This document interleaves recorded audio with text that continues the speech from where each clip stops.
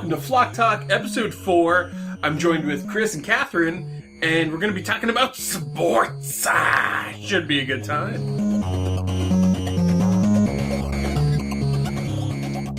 So we're going to get into sports, but first we've got some hot topics to cover. Hot top. First up, Chris, you played some indie games, I heard. So, I have been in the mood to not pay a lot of money for video games. So I have been playing some of the stuff I already own and did not get around to playing. Oh, the backlog. You're exploring the backlog. That's right. The stuff I picked up in sales that were like $1 or $2 a little while ago. I've been playing through those, and I've been playing some of the free games from the PlayStation Network. Oh, nice. Last month, I guess I talked about picking up and playing Day of the Tentacle, and this month I played through the free game called Not My Hero. Oh yeah, how was that game? I don't know anything about it. The gameplay is that you're in like a 2 or 3 minute level. Okay, so each kind of gameplay run through is about 2 or 3 minutes, and you're a little pixel guy with a bunch of guns, and you can slide through levels, and you can run through levels, and you shoot guys, and it's pretty violent. Oh. It's like a run and gun?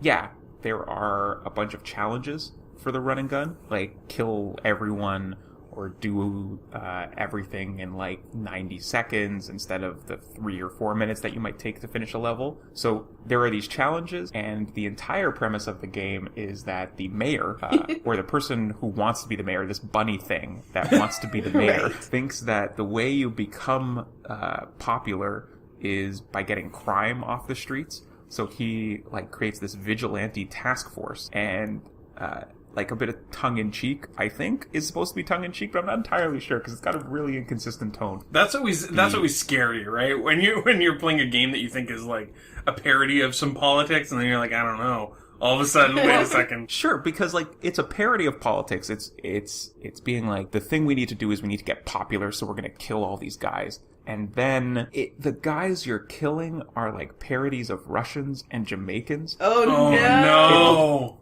Borders a bit on the, like, if you were the kind of person who were easily offended, you would get offended by this game. And so I'm not entirely sure what they're parodying. Like, why is the tone at one point making fun of, like, the nonsense, racism, the kind of nonsense of daily politics? Why are you making fun of that? And then also, the people you're killing are racial stereotypes? I don't understand. What is the message you're trying to convey? Why did you make this game? Besides, and then also, what a weird choice for the PlayStation Plus game. Yeah, it's a very weird choice. I didn't know anything about the game, so I don't really know. Like, I've never read into it. I'm wondering if there was any kind of commentary about that stuff when the game came out. And then it's called Not My Heroes. Yeah, I don't know Right? if it's long or good enough that there would have been any commentary. Yeah. Mm-hmm. Like, it's like a thing you play in an afternoon and then forget it. But as I was playing it, I was like, Uncomfortable? it was not entirely uncomfortable, but there were moments where you're shooting a Jamaican guy and he's saying something in an accent that's completely unreasonable. And I was a bit like, okay, all right, this game doesn't know what it's trying to do. It doesn't seem to be in the sophisticated mold of parody kind of games or satire kind of games. Okay. It's a great recommendation for any racist people that are listening to this show. No! Stop! If you're racist... If you're looking for something to scratch that racist itch. But, like, speaking of, say, something that does satire and parody kind of smartly, I was thinking of, just off the top of my head here, something like Papers, Please. Have you guys ever played Papers, Please? I have it, but I've not played it. But I watched video of it. So Papers, Please is definitely something that, is a bit more consistent in the tone of what it's trying to convey, and, like, show me your papers, and I am in the repressive regime. In any event. And I get to decide whether or not you... Yeah. Is that yeah, thinking about that off the top of my head. And then I played Brothers, which is beautiful, which everyone should just get a copy of Brothers. Yeah, I think I've played it through the first main arc or whatever, like, to a certain point I played it, and it was really good. Yeah, like the art in Brothers is really good. A really conceptual kind of art style. Yes. Right? So in Brothers, the main thing of Brothers, of course, is that you have your PlayStation 4 controller or your Microsoft controller, and you have 2 sticks, and your left stick is controlling one brother and your right stick is controlling the other brother at the same time. Yeah, it takes a little bit to get used to. Yeah, it really does take a bit to get used to. And there are parts where, like, you just need to stop for a moment and go, I need to recalibrate myself here because I've left the little one behind. Yeah. Yeah, the guy's gonna wander off a cliff if I don't, like, reset my brain. Yeah, so it has that really nice puzzle element tying into last month's episode, but it's that kind of, like, figuring out, because the little one can't do certain things and the big one has to, like, lift him and stuff like that. So there's certain situations you get in where you have to figure out how to use the two of them. That's interesting because that also was a PlayStation Plus game. Way more appropriate PlayStation Plus game. Way more appropriate. Everyone can play it.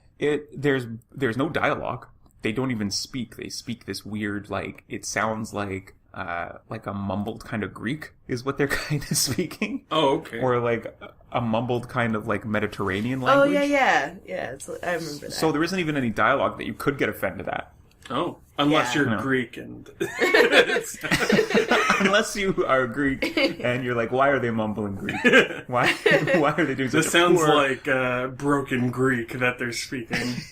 No, it's more like... Isn't it more like... I don't remember because it's been a while, but it kind of reminded me of The Sims, where they're saying something, but it's more just like inflection, right? Where you're like... like, I don't know if that was it, but...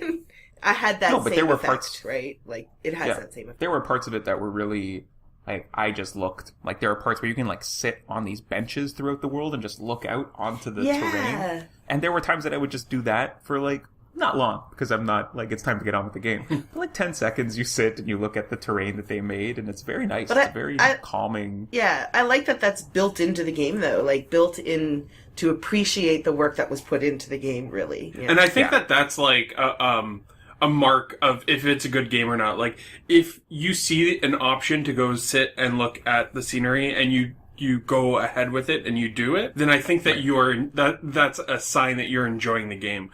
Like, I've done that with a bunch of games like Uncharted 4, when I got an opportunity to just, like, take a screenshot of something or just, like, really appreciate the scenery, I took it. And then there are other games where you're just like, I just want to run through this area. I don't care enough about it to actually enjoy it. I think Breath of the Wild is sort of designed in that sense where they want you to go explore. They want you to see all the stuff that they put in that game and all the detail. And I don't think a lot of people are going to be just running through that, at least not immediately. They're going to savor it. But Brothers is actually, there's a hard copy of the game as well, and you might be able to find that at an upcoming convention in Ontario. The Barrie Game Exchange is on April 2nd from 12 to 4 p.m. at the Red Barn Event Center at 8464 County Road 27. That's a new venue. It is a new venue. And the Barrie Game Exchange, it's kind of like a market for trading video games or buying video games. And they have retro games, they have new games. We're not sponsored by the Barrie Game Exchange. It's run by our friend. Yeah, it's run by our friend Chris Hodgson. He has a YouTube channel called Nintendo Hodge. So he's part of the community. He's part of the Cartridge Club. He puts on a really good event. There's usually a barbecue, too, like burgers. Let me ask you a question, Miles. Yep. Is there a lot of hotel space for all of the people listening to this podcast from the United States to fly in and get their game exchange on? It's funny that you say that, only because I think some of them are planning to come because it's a biannual event. So some of them actually, I think, want to come to the summer one. Yeah, there's going to be a lot of people from the States coming down to summer one. And also some people from Nova Scotia are coming up for that. Oh, really? That's awesome. That was a joke. I was making a bit of a joke. Yeah. But you guys turned it right around and said, oh, no, there's plenty of hotel space and lots of people are going to be utilizing that, Chris. So get off your high horse. How's that egg on your face taste? It tastes excellent. Very nice. I really look forward to the Barrie Game Exchange. It's cool. Like, if you only like new games, you'll be able to get them all at discount prices. If you're into retro games, you'll be able to find some stuff that you haven't seen or are unable to see outside of eBay. Stuff like 3DO or the TurboGrafx or the Sega Master System. Like, you can't just go to your local store and say, hey, give me a Sonic on the Sega Master System. They're going to be like, get out of here. What are you doing here? Right. This is a deli. This is a deli. Stop trying to buy your games at the deli. You want a prosciutto? I got a prosciutto. You're going to vend at this one, though. You bought a table. Yeah, we bought a table, so we'll be selling video games there. That's probably why I'm pushing it so hard. Yes, I see currently all of the things that you're going to sell, because that's all I see here. Yeah, it's huge. We're going to have a full table this year. Are you selling your games by the pound? Like a deli? Well, like, are you... We are going to have a dollar bin under the table where everything that you find in that bin at the bottom is $1. We're going to have lots of games. Some games that I'm just like, I don't have a case for it. It's worth $10. I don't even care. $1. Throw it in the dollar bin. Everything must go, Chris. The sales are crazy.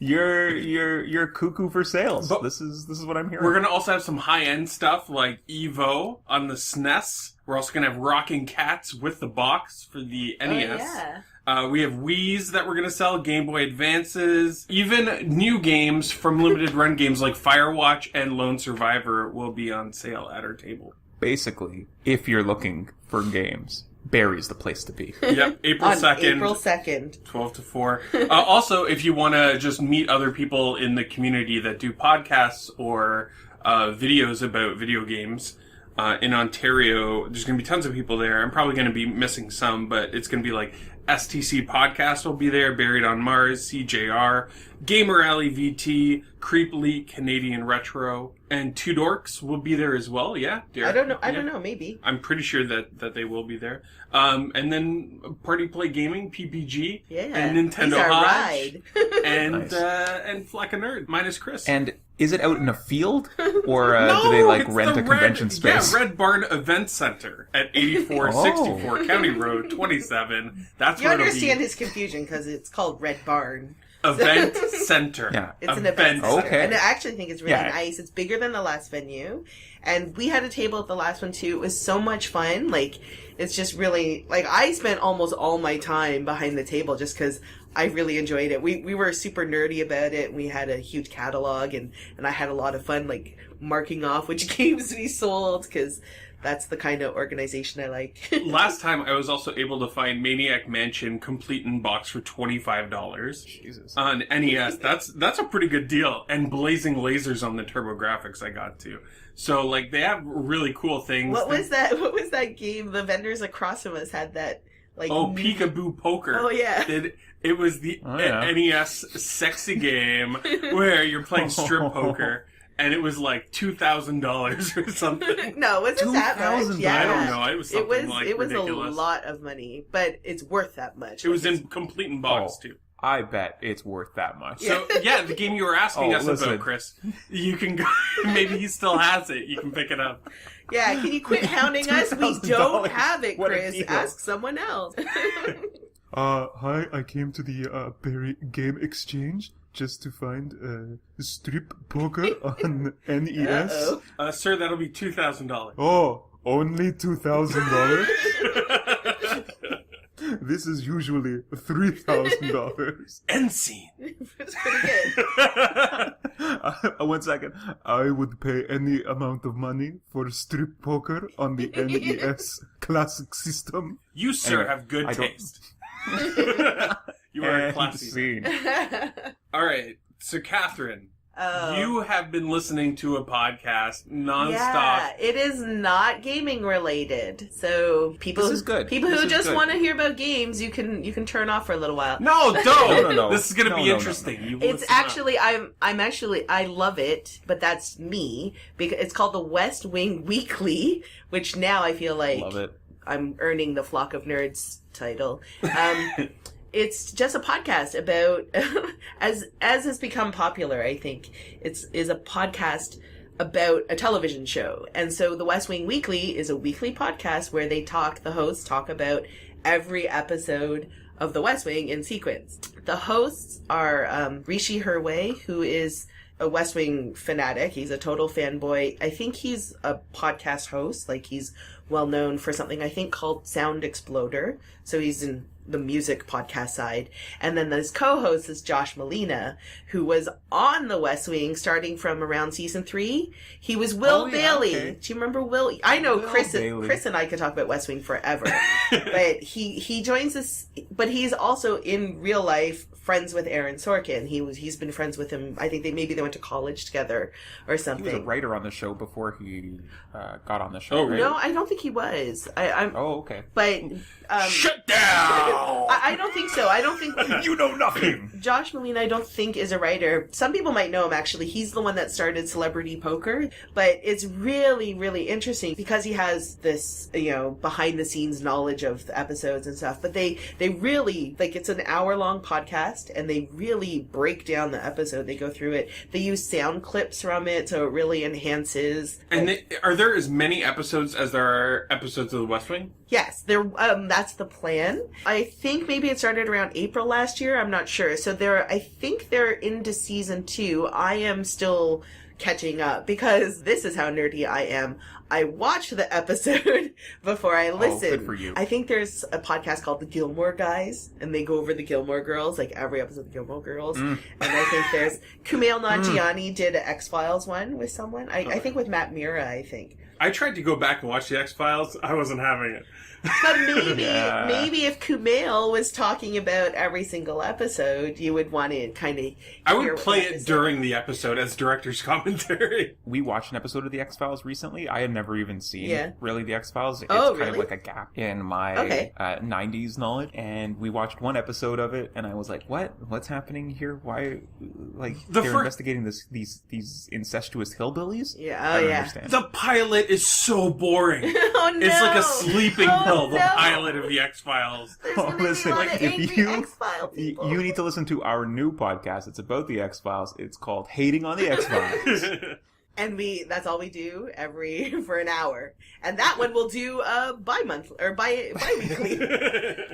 There was one I started listening to, and then I stopped listening to it because I moved on to something else. But it was a Star Trek The Next Generation one, basically the same one. Basically the same kind of idea.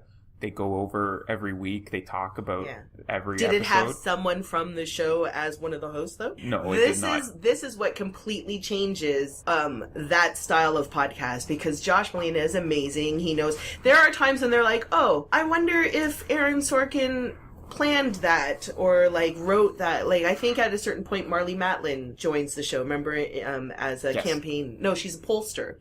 And they're like, she's deaf, so did they write the part for a deaf person, or did they write the part knowing that it was going to be Marlee Matlin, so she just happens to be deaf?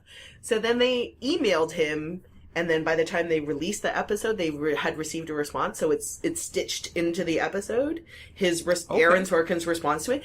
All these little things, they'll bring in, when they talk about policy and stuff like that, I think gun control policy, they actually bring in someone who, an actual politician who, it was after the Orlando nightclub shooting, and it was someone who started, I think he was a Republican who kind of switched his stance on it and started trying to pass more strict gun control laws and stuff like that, and talking to actual politicians that deal with whatever the topic of the episode is. And then sometimes they'll bring in actors. So Dulé Hill is on talking about his first episode, his first episode, which is episode 3 of The West Wing, is when you first meet Charlie Young, and then he's on it from that point forward. And you get all their all these little behind the scenes. Dulé Hill was he was, I guess, living with Freddie Prinze Jr. at the time.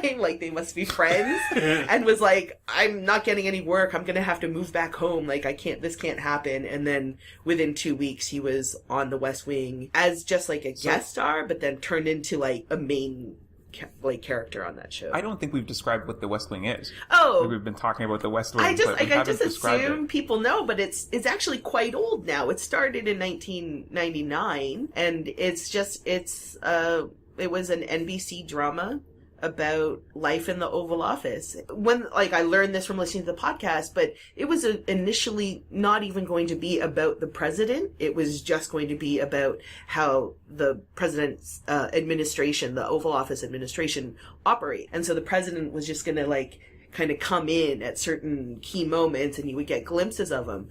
But it was like, and you can kind of see that in the first episode, because Martin Sheen doesn't even show up until like the last 15 minutes, and it is the best introduction of a character on a television show ever. Like, that pilot is incredible. It's so good. It's amazing. Yeah, and it beats the hell out of X-Files for sure.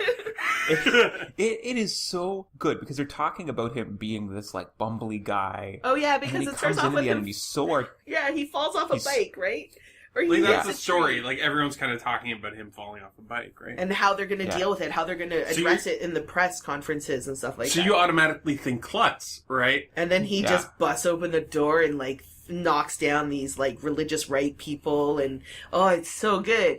But like, I get that The West Wing's not for everyone, because it is a political drama. It's very smartly written. It's Aaron Sorkin, so people may love or hate him. So if you don't like him, you won't like The West Wing. But it's like the beginning of, and I never watched Sportsnet, so maybe it started there. But West Wing really is the beginning of his sort of walk and talk. So that's what The West Wing is known for. So they actually have like a guy who started writing on The West Wing around the season 3. He was the senior communications speechwriter for Al Gore during his presidential run when he lost to George W. Bush. But that guy ended up becoming a writer for The West Wing. And he's like, yeah, we don't walk around so much. Like, that's not exactly how things happen, but it is just to kind of get the idea that this is a super fast-paced environment, and it's like, go, go, go. We have no time to wait. I really like The West Wing. It's my third favorite Star Trek show of all time. It's because it really is a Star Trek show. Can we talk about this for just a minute? Okay, well, let's there's hear a captain. Yes. Yeah. There's a captain. There's a first officer. There are the various different people who are competent at their jobs, whose whole thing is to be competent, just like in Star Trek. Competent at one very key piece of their job. Like, right. Like, there's like an engineer. Yes. There's like a speechwriter. There's like a helmsman. There's a communications officer. There's like all of that stuff, and every episode kind of like eventually finds its way up to like the very high-minded president who's like trying to deal with the situations. It's a fantastic Star Trek show. They make reference in the show to it kind of being a Star Trek show. Oh, really? Like, there's that one woman who has like this pin, and she's a Trekkie. Oh yeah. Like, oh yeah, and she wants to wear the Trekkie stuff on that day, right? Like it's her religion. Her religion, yeah. Right. Yeah. Yeah. It's if I didn't like the actual, say, Star Trek Next Generation or Star Trek Deep Space Nine as much as I did, that The West Wing would be my favorite Star Trek show. You know what? A lot of people say politics is the greatest sport of all time. But we're here to talk about more traditional sports. Coming up next.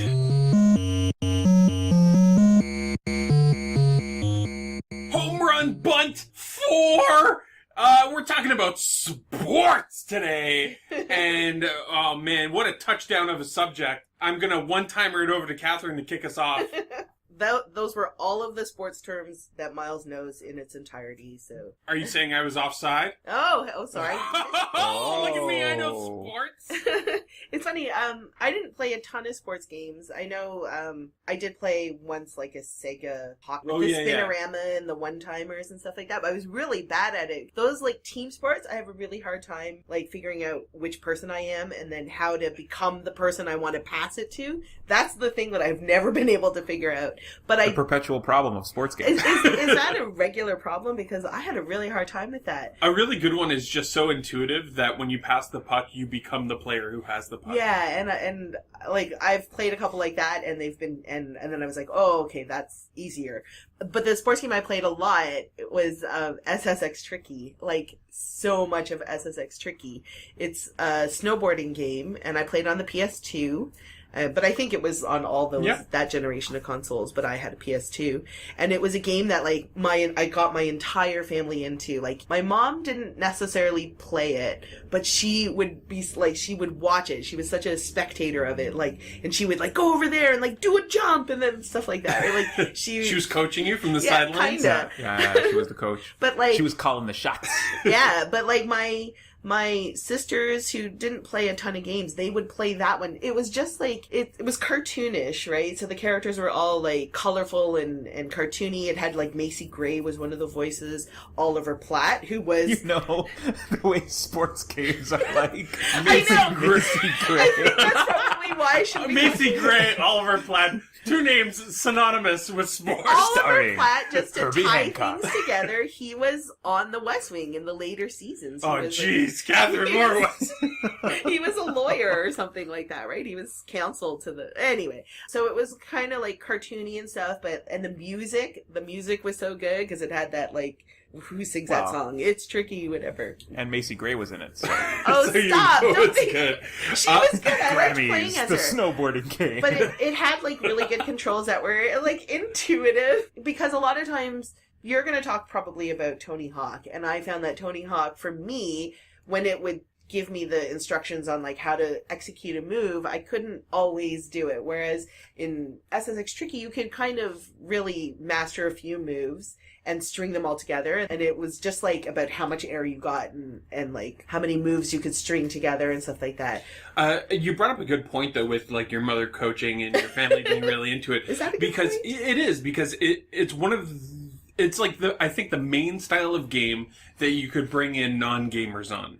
Because everybody kind of understands the concepts of sports, right? It's not like, oh, hey, look, this is World of Warcraft. Here's how you level up a character. Just going over somebody's head, and they're like, I don't care. This is the continent of Azeroth, and this is gold. And you go to the auction house, and other players will have put up their digital representations of items. And then we just say you're what is talking this, to kid? an empty room. Go outside and play.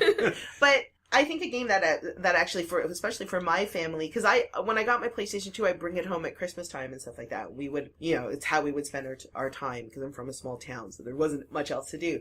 But the game that was even more so like that was Gran Turismo 3. Oh, so those okay. were two games that I played a lot with my family. And Gran Turismo 3 is just a driving game. Like, there's a lot more to it. Like, you can, if you're super into cars, you can do all kinds of amazing things in Gran Turismo, like soup 'em up and stuff like that. And I think later on you can have like a sports driving career or whatever. But my family just liked racing, and my mom would again get like super excited. She would just stand and stare at the TV, and if you hit a straightaway, she would yell "step on it" in Korean, which is what? "Palbo."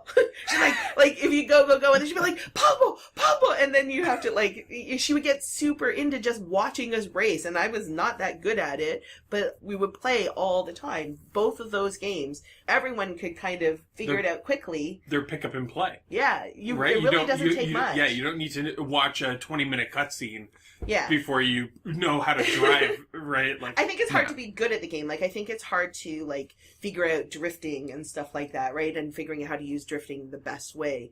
But it's not hard to just start driving a car. You can set it to automatic, so you don't have to worry about shifting, and then just run a race, right? Some of the really fun stuff I remember in Gran Turismo 3 that I really liked was the off-road stuff. Like, you could pick a Subaru with big tires and then do the off-road mud racing and stuff, and that stuff I just really enjoyed. Now, would you classify racing games and sports games together? Like, is a racing game a sports game? This is what I wasn't sure of. I mean, 100%. it's just a subtype, like a subgenre of a sports game is a racing game? Yeah. Okay. Yeah, I would say so. I guess racing games can also be in kind of the open world mold. Like I don't know the name of them, but there's the games where the police chase you and you're also Need for doing Speed? street races. Yeah, Need for Speed. But something like Gran Turismo, I'd say that's a sports game. It kind of you have to be good at it to progress, which is, I guess, the mold of every game. Yes. You have to be good at the game to progress, but sports games, you do better the better at the sport you are. So what you're saying isn't that racing is a subgenre of sports, but maybe there are two Venn diagrams or it's a Venn diagram that often overlaps. Sure. Because why would you say that sports games and racing games are not the same? Because you could have a racing game in a non-sports game. In Mario Sure. RPG, there's a section where you are racing Yoshi, Yeah. and that's not a sports game. But that's Mario just an RPG. element of a bigger game, right? It's true. But if there was just it's a sport Yoshi within the racing game. Okay, now what if you're playing an Assassin's Creed and there's a messenger and you're trying to stop the messenger before No. they get there? That's a racing element, but it's not It's necessarily not It's a racing sport. element in a sports game. But in a it's non-sports in a game. non-sports game. this is going to really blur lines if you're into like straight categories, because is Dark Souls just a tennis game that like you're by yourself, you're working on your timing? It's basically Pong.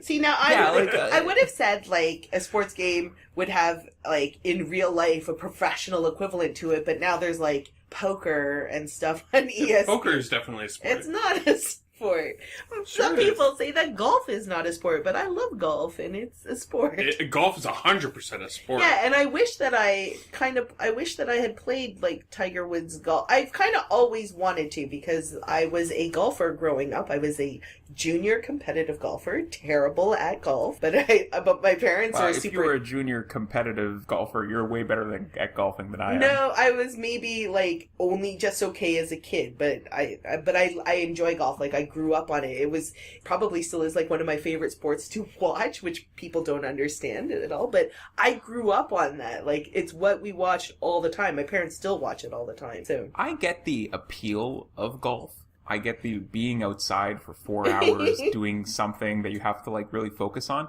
I don't understand why we have to devote so much of the public space Yes. to golf. that's the Like, biggest problem. No one with it. no one is building large tracts of land for Yes. like other sports. Only golf needs the vastness of space. Yeah, that's true. All right, now I hate golf.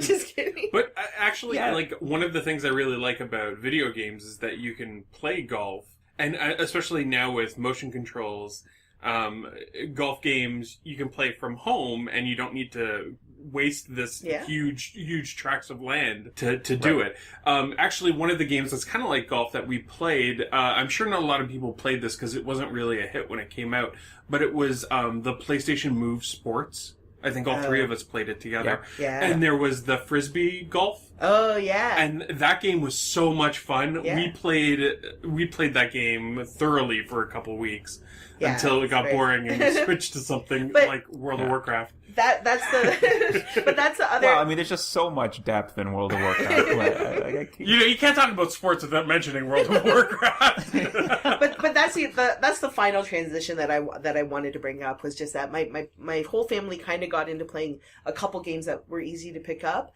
but then when we got our Wii and when I brought my Wii home for people to try, they actually then like my parents were playing it, like that was the thing that got them actually playing, right? My brother-in-law, he's super sporty, plays hockey and all that stuff, but he started playing the baseball thing.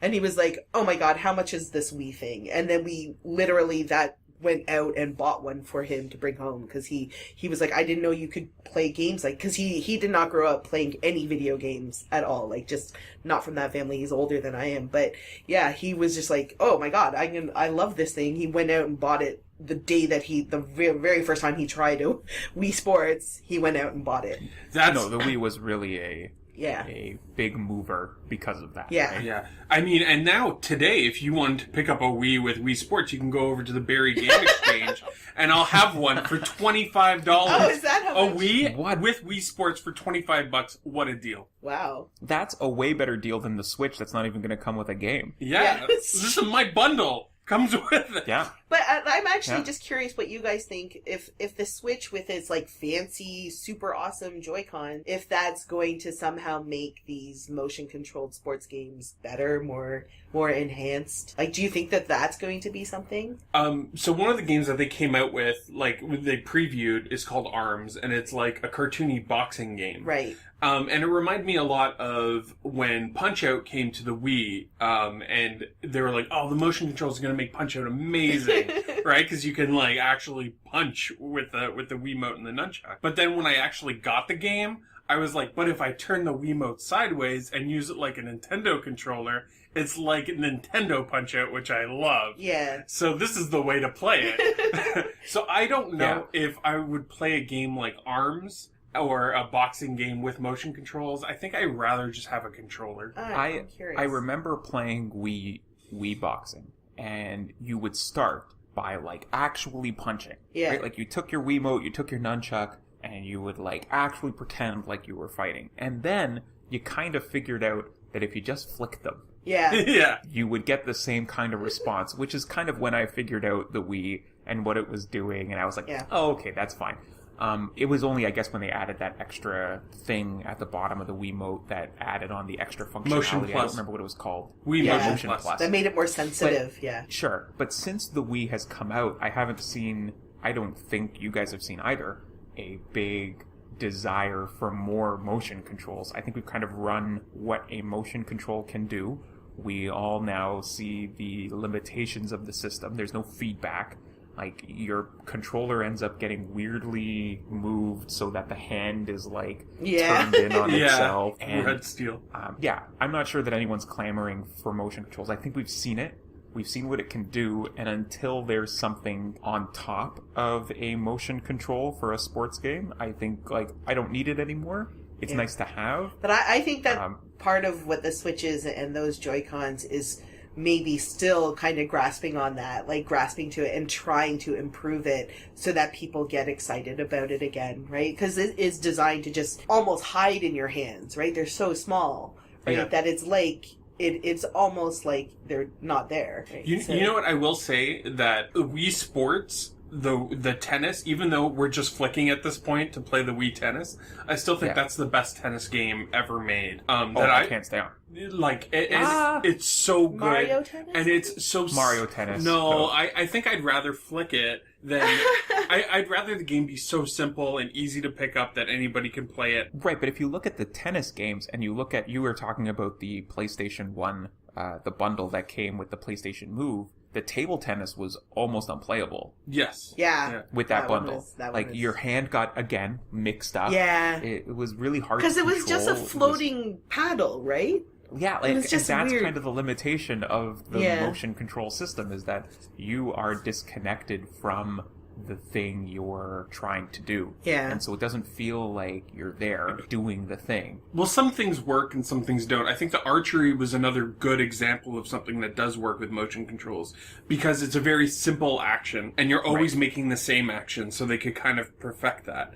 Especially when you had the two controls in either hand. You could have one representing the aiming and the other one representing the strength based on the distance from the first one, right? So I really love the archery, and then also the screen means so much in a game like archery, right? Where it's like such precision, and I mean, it's something that they've been doing forever. Like the NES came with Duck Hunt, right? And that's kind of the same thing, where it's like target practice. That is something that works for sure on a video game. So this is like we're talking about sports games as dexterity games, as a thing you can get better at, as a thing you can get really good at.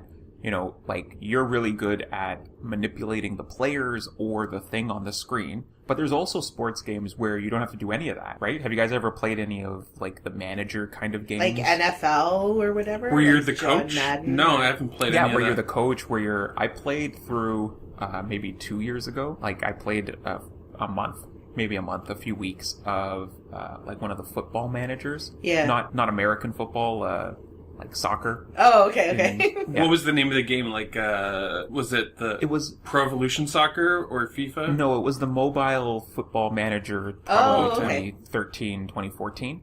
And I played through that for a month, and I didn't get into all the systems, which kind of limited what I could and could not do. I had to create some, star players on rando teams so that I would have like a fighting chance, because I'm not going to get that deep into soccer. But it was a lot of fun to not have control over what my players specifically did. Oh, interesting. Like, I would set up the formation, I would set up how I wanted them to play, and then they would play. The game would run a simulation of the game, and I would have to, in the middle of the game, maybe do a few tweaks here and there, but... Make one of your 3 substitutions or whatever. Yeah. Like, it runs the game for me, and then I play through a season without having to sit there and actually play through the game, which limits my ability to affect the game.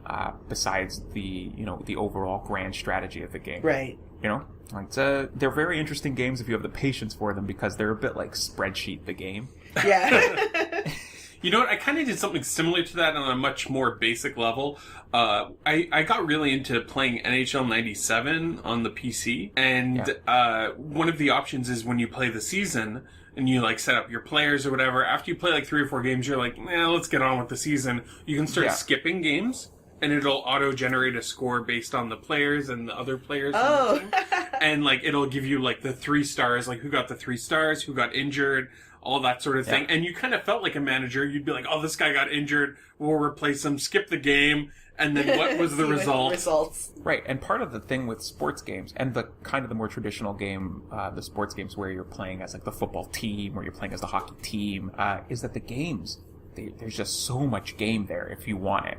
Yeah. There are 50, 60 hours to put into playing a season, and you're only playing, say, 10-minute games.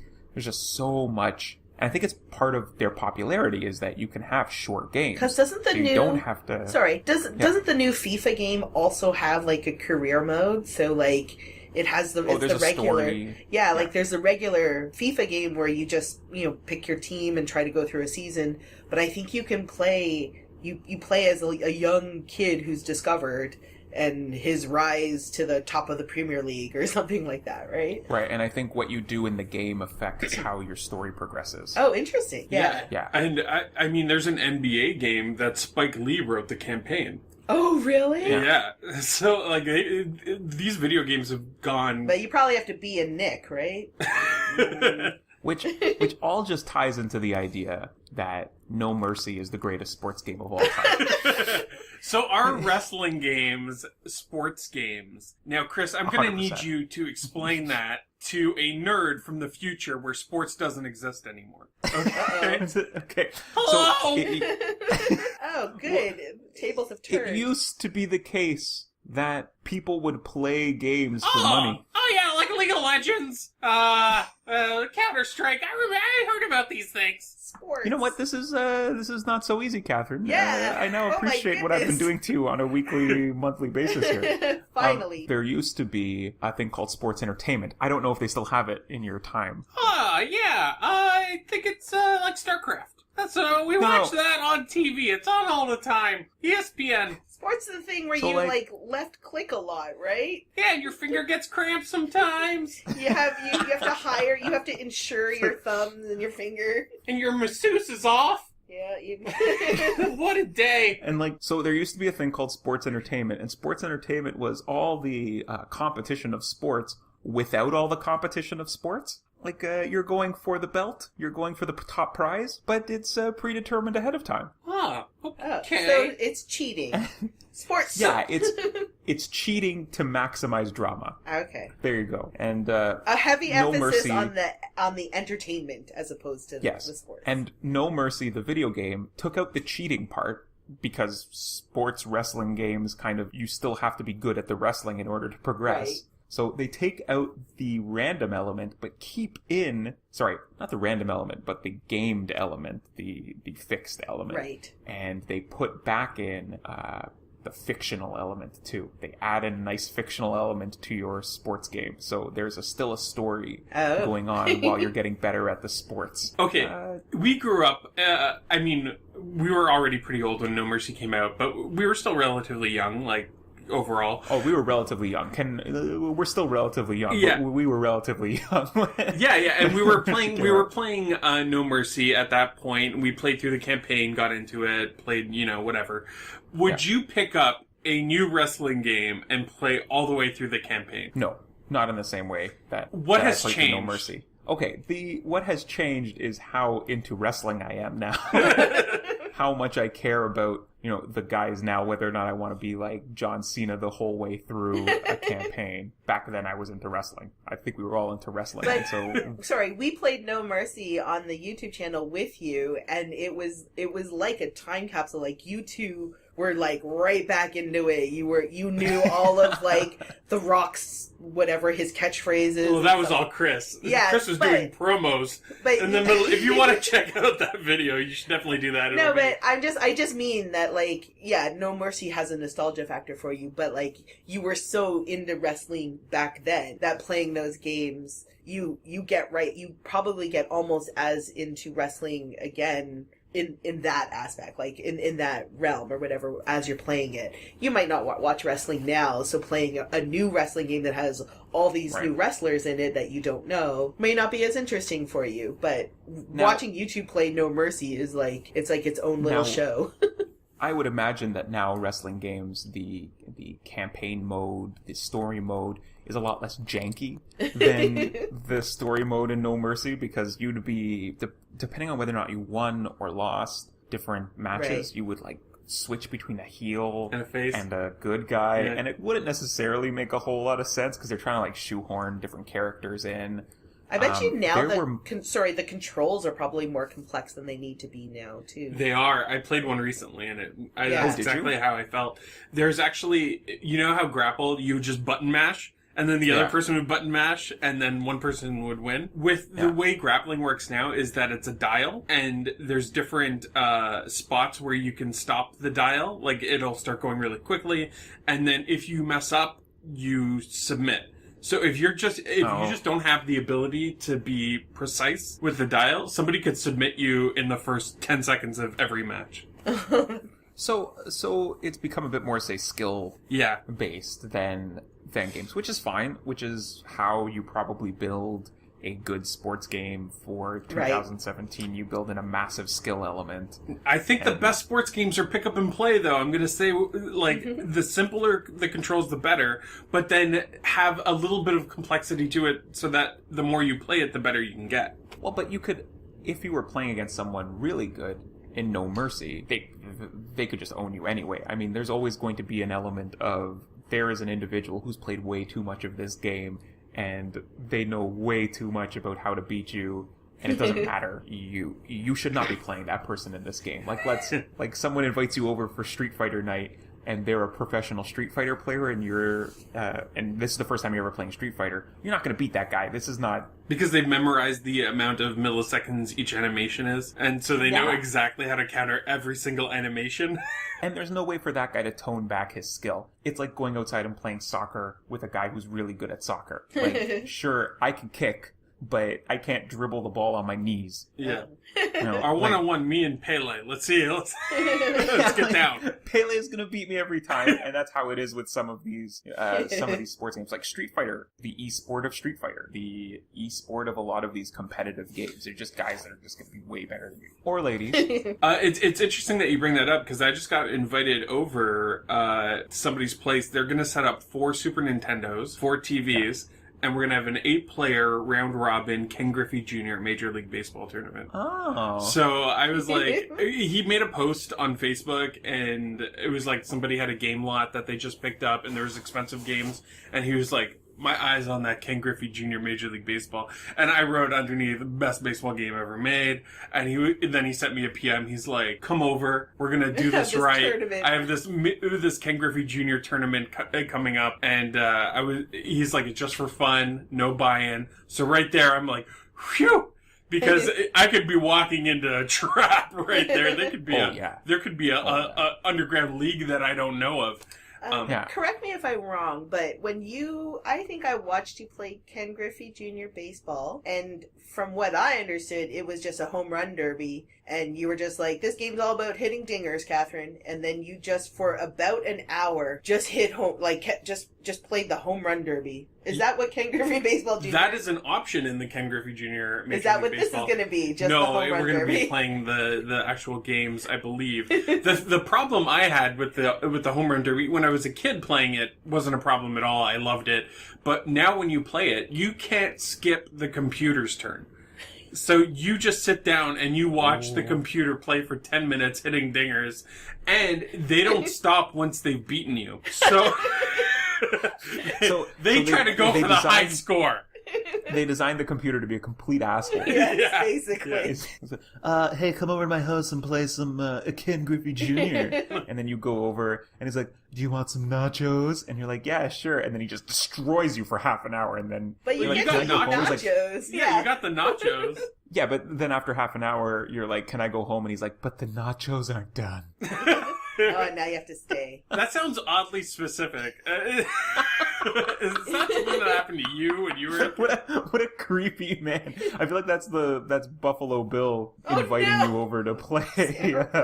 So one of the things in the future that may happen is that we're going to have direct interaction with actual TV sports, like filmed sport. There's something happening in the United States in the Indoor Football League. I'm not entirely sure where it's located, but I read an article this morning. Is that like American football or? Yeah, American football. Okay. And there's a guy who's bought a team, and his whole goal was to make the team fan interactive. Oh. And so they got to name the team, and they got to hire the coach. They put the coach's resumes online. No, they Oh, did that's it. awesome. Voted, and whoever got the most votes became the coach of the team. Oh my gosh. And now they've worked out the app where I'm not entirely sure how it works, but in between plays, the fans get a text or a thing on the app that shows 3 different plays that they could run right now, and the fans all vote on the play, and then the coach gets the voting, and the coach has to do the play It's like choosing America's Funniest Home Video. But what's the point of the coach then? The coach, I think the coach picks the 3 different options that they could run, okay. All right, and the that's coach fair. probably runs audibles. The Yeah. kind of How do you think that coach changes the feels play at the last minute. every day? Like, do you think that Yeah, coach gets to work and goes, "What is football anymore? What is this world I live in?" I was brought up with Any Given Sunday, Friday Night Lights, and here I am just on Twitter answering to the fans. Answering to the fans. But then I would imagine that there's a pretty high fan buy-in, more than, say, other indoor football leagues. I would imagine there's way more fans that watch that indoor football league than some of the other It is the indoor ultimate football fantasy football. Like, you can't get more fantasy football than that. Is indoor football, did you ever, I know when I went to university they had indoor soccer, and we have friends that play indoor soccer, but there's something really exciting about indoor soccer because the field is smaller, it's smaller, and I think you can kick off the walls and stuff like that. I'm not exactly, right? So I'm wondering if there's enough variance in indoor American football that increases the excitement factor. Because the other thing, NFL football, the stadiums are huge, right? So Sure. you're so far away from the players and stuff like that. To be fair, I've never watched an indoor football game. I did not end up watching any video of this thing. I just read an article. The only thing that interests me about this is the level of fan interaction, and that the interaction is digital. Yes. That the fans can all be sitting in the stands picking the plays. Imagine if it wasn't digital and you had a card and you had to hold up your A, B, or C, and then someone's job it was to count how many A, B's, and C's there are. Maybe they would be colors, because then you could just get a visual. So the app. And then makes the issues sense. with it is the hacking. The other team could hack. Oh. Yeah. Now we're it's getting exciting. That's the So sport you I got want. people in the stands with their laptops hack, hack, hack, hack. You know the way people hack? And they scream hack, hack, hack at their Yes, computer. because it's such high Hack, stakes hack, hack. too, right? Being able to affect this one play in this one game. Yeah. But no, that's And a then really the plan- interesting development, though. I think that's... I think the plan is to try to get every team in that indoor football league. Yeah, to an do it entire this way. league of this interactive football. It's like a live video game. Yeah. A live co-op. The future of sports games. How Yeah. interesting. That's crazy. Well, that's enough sports talk for today and forever on Flock of Nerds, never again. But we have a couple more things we want to talk about over on Odds and Ends. Odds and Ends. So, a few episodes ago, our first episode, I said that I was going to play 30 games in 12 months to completion. So, I'm still working on that. You're doing pretty well, actually. Yeah, I played a couple recently on an Neo Geo compilation disc for the Wii. There's a couple games, one called Burning Fight. It was just a beat 'em up, like Final Fight or Rival Turf or Streets of Rage. And it was pretty good. And the other one was called Magical Lord. It is a kind of like a action platformer. Both of the games were originally arcade games, and this is what I really liked about it. Do you know how when you get an arcade port on like Super Nintendo or something, like Ninja Turtles, and you're playing it and you have so many continues and so many lives? If I was playing that game in the arcade, I could just keep dumping in quarters and play it until I beat it. Right. So Magical Lord and Burning Fight basically work like that. Like I had infinite quarters. Oh, okay. So basically you like it because it doesn't have a game over. Yeah, if I didn't press start again. The only reason I bring it up is because some people are going to say, oh, you cheated. That was basically on free play. Anybody could have finished it because you keep pressing start. But if I went into an arcade with $50 in quarters and I beat X-Men the arcade or The Simpsons arcade, would anybody be like, oh, you cheated? No, people wouldn't be like, you cheated. Why are you trying to justify yourself to these I beat these games! Well, Mortal Kombat arcade mode is unlimited continues and stuff like that. Like and Tekken as well. Yeah. Right? So it's legit, right? I think it's legit. Especially because Magical Lord... Okay, do you know in Super Mario Brothers, in the last stage, where it's like a maze? Like, you have to go down the right pipe, you have to take the right route, or else the screen wraps. Right. Magical Lord, the last 2 levels are all screen wrapping levels, and they're so frustrating. Okay. Because you could be in the middle of the map, and you Take die, the wrong thing. and you press continue, and you start in the middle of the map. It doesn't reset the screen, so you never know really where you are. Oh. So that one took me a little bit longer than Burning Fight, but I think that both of them were good. Magical Lord actually reminded me a lot of Mystic Enforcer, which we played on the channel. Yeah. Okay. So it's kind of similar to that if you like that sort of game. I wouldn't even be surprised if it was related in some way, a sequel or something. Yeah. Well, Here's the thing, guys. Okay. If you hear about someone playing a game in a specific way, and you say they're not playing the game right, you probably need to get a life. Oh. Yeah. You play the game life. however you enjoy playing the game. It's all about enjoying yourself while playing the game. Like, what are you playing now? I am playing right now, I'm working on 2 games. Well, 3 if you count Yoshi's Woolly World. Okay. But Legend of Zelda: A Link to the Past. Oh. I just started, and it's amazing. I'm really loving it. The music is so good. I just got past, like, the first 2 dungeons. I got the first pendant. And it's pretty good so far. I like it a lot. It lives up to the hype. And then the PS4 game that I just started playing was Yakuza 0. And boy, Yakuza 0, what a game. It's super fun just to watch. Like, I've been kind of like jumping in and out, just sort of paying attention to what's going on, because I was playing a game on the PC while he was playing. This is how we spend our evenings, playing 2 separate games on 2 separate things. But it's really entertaining to watch. And the combat is so satisfying. Like, I'm just running around trying to get into fights because I want combats to trigger so I can try out new moves and kind of... It's like River City Ransom in that you beat money out of people, but you actually make more money the more interesting ways you beat people up. You get bonuses. Yeah.